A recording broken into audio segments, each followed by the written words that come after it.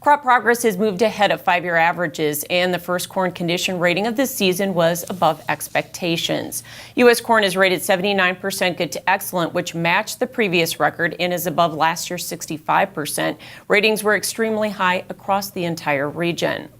U.S. soybean planting progress continues ahead of normal, and that trend follows in most of the region except for South Dakota.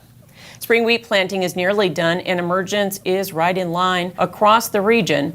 And with recent rains, winter wheat conditions improved 2% nationally, 4% in South Dakota, and 5% in Nebraska. Joining us this week with market analysis is Luke Swenson with the Money Farm. And Luke, let's talk a little bit about the grain markets from a technical standpoint. It was kind of a tough start to the week, especially with a lot of end-of-the-month type liquidation, wasn't it? Yeah, it was kind of... Technically, we massacred it if you look across all three grains. 4 1/4 had been big resistance on D's corn for basically a year. Beans 1050, 1060 have been 2 big points that we've been hitting on, and wheat at 650. We went into the weekend hitting all 3 of them, but not really closing much. Then we came off bearish news from China, middle of the road news on currency and crude on Monday. Political news just kind of boiled over into fund selling, and Monday holiday, Tuesday we just fell apart, and it was a big key reversal basically in all 3 markets. So going into a weather market, we're adding volatility, but at the same point we're just building bigger resistances, so it's kind of making it an easier point to sell a little bit, but we still think the market's going to be spring-loaded going forward just due to how the climate is actually setting up. As far as the technicals of that market, though, how much do they matter here when we're in a weather market? They do, to a sense, where it's the more you hit up against them, it just becomes psychological more than anything, and it's a self-fulfilling prophecy. So if we hit 4 1/4 and fall off, hit 4 1/4 and fall off, that over and over can hurt us. But the nice thing is say we come out with 95-degree weather and no rain in the forecast next week, and that's going to hold for 2 weeks. As soon as the funds blow through that, it just becomes a floor. They can hold it, and it becomes, in that way, a bigger floor, and we can rally off of it even stronger. So while the point becomes more divisive, if you get through it, it becomes that much better for us in the long run to rally out. There was a lot of farmers selling, though, when we got up into those areas on the charts, wasn't there? Yeah, we're seeing from our commercial clients, we're probably seeing them about 3 times as hedged as they were last year going into fall. I mean, we had customers that handled 20 million bushels of corn that had 1 million bushels hedged going into harvest, and they're already sitting on 3, 4.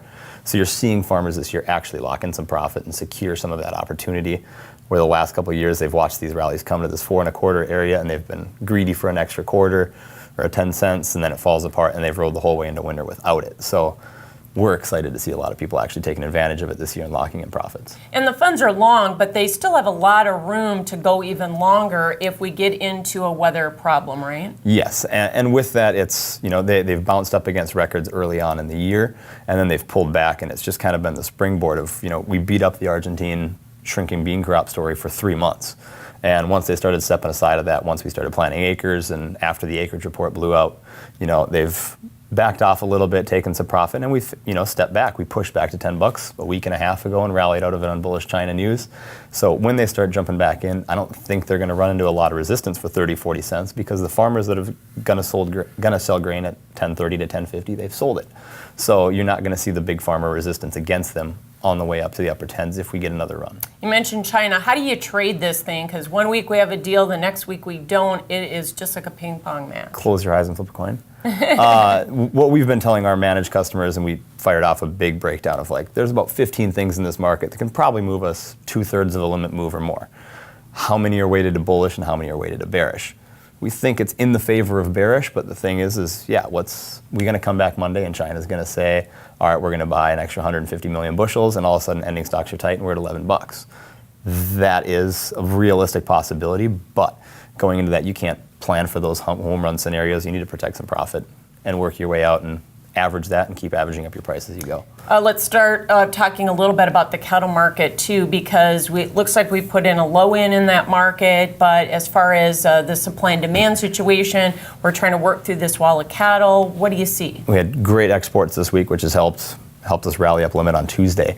And with that, we've had feeders across Nebraska and Iowa that are a customer of ours. They basically said for the whole month of April and into May, they didn't gain any weight. So they were feeding every day for cattle that should have been finishing in April, May, June, and you basically pushed them all back. So while we have this wall of cattle coming, it's getting more diluted and spread out, and you've slowed up the delivery of it, so some of that problem's gone away. So low 90s for summer feeder or summer fat cattle probably isn't going to happen. We broke into the 90s and they've rallied off of it. I think we've upped what the floor is going to be for a few bucks for this summer. Thanks for joining us. That is Luke Swenson with The Money Farm. And if you want to hear our extended conversation, go to our online product, agweek.com.